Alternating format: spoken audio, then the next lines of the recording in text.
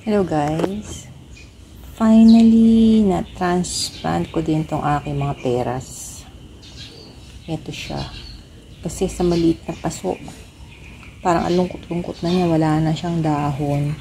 Kaya ginawa ko, tinransplant ko na lang siya dito sa fabric pot na 7 gallon loam soil, binili ko lang.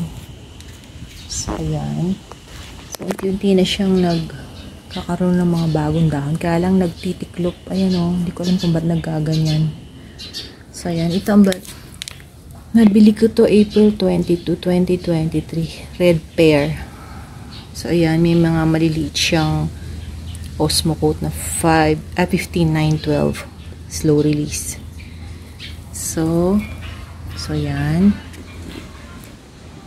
So, ito siya. Apat siya eh. So, itong isang variety, red pear, Korea pear.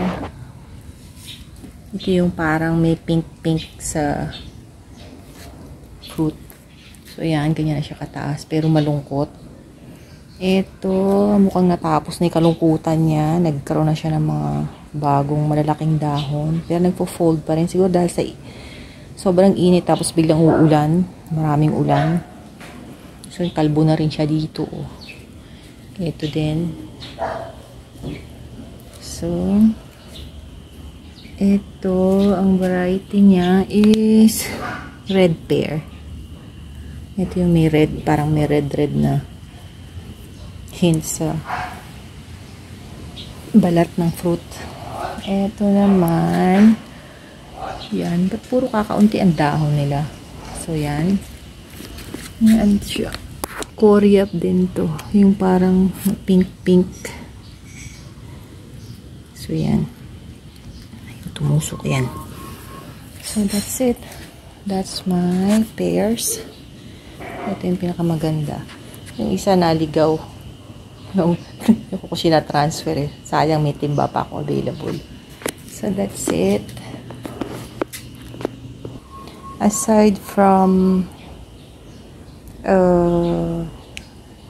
slow release fertilizer na 15,912. Nilagyan ko pala nito kahapon. Nakita ko lang na makasakaling sumigla yung growth ng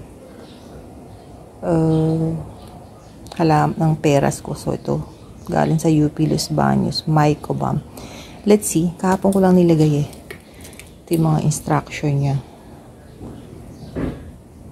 So, nilipat ko lang dito sa lalagyan ng 15,912 na Osmo coat. So, there it is.